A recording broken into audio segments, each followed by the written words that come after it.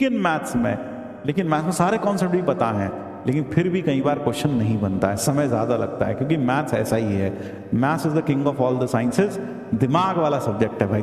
अगर आप चीज़ों को समझ कर करते हैं, बेसिक प्रैक्टिस प्रॉब्लम्स करते हैं, KTK करते हैं, TH करते हैं, तो चीज़ें अपने आप हल होने लगती हैं, अपने आप सही हो जाती हैं और आपके पास पूरे 24 घंटे होते हैं। मैं जानता हूं जब कोई इंसान तैयारी करता है उसे 24 घंटे भी कम लगते हैं, उसको लगता है काश दिन में 30 घंटे होते तो शायद मैं बेटर कर लेता।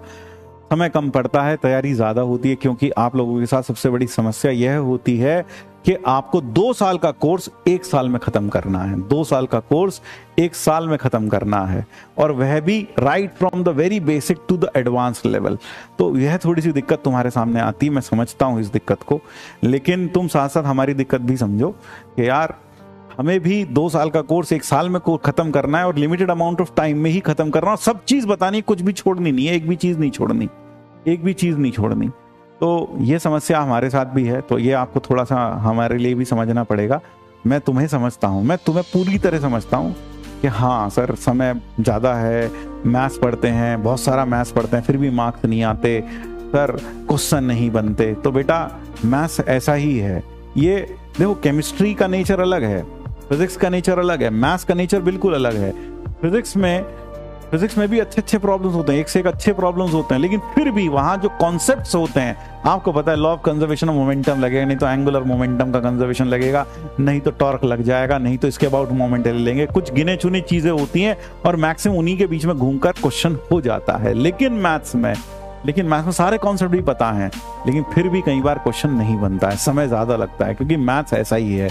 Maths is the king of all the sciences, दिमाग वाला सब्जेक्ट है भाई। दिमाग तो लगता है, और दिमाग जब आप यूज करते हैं, दिमाग सबसे ज्यादा थकान तब होती है। सबसे ज्यादा थकान कब होती है?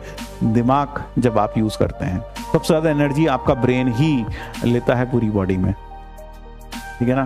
तो मात्र 5 महीने लगे बचे हुए हैं, और इन 5 महीनों में हमें पूरा लगभग 12th निपटाना है, और इन शुरू के 4-5 महीनों में हमने 11th निपटा रहे हैं, और अब निपट ही गया बस, इसके बाद तो 11th खत्म ही है लगभग।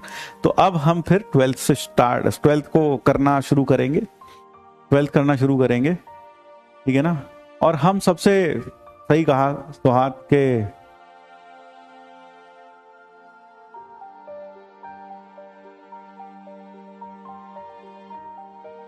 और मैथ्स में देखो रिजल्ट्स बहुत सारे हैं, मैं मानता हूँ रिजल्ट्स बहुत सारे हैं, मैं मानता हूँ इस बात को, रिजल्ट्स तो हैं, लेकिन उन रिजल्ट्स को, जो छोटे छोटे रिजल्ट्स हैं, जब आप उनसे क्वेश्चन सॉल्व करते हो तो उससे जो खुशी मिलती है ना, वो अद्भुत होती है। वो फील करके देखना। जैसे कल एक बच्चे ने 4a cosec स्क्वायर अल्फा जब उसने लिखा ना, सच बता रहा हूँ मेरे हाथ ठंडे हो गए उस वक्त, थोड़ा सोच के, वाह क्या यूज किया।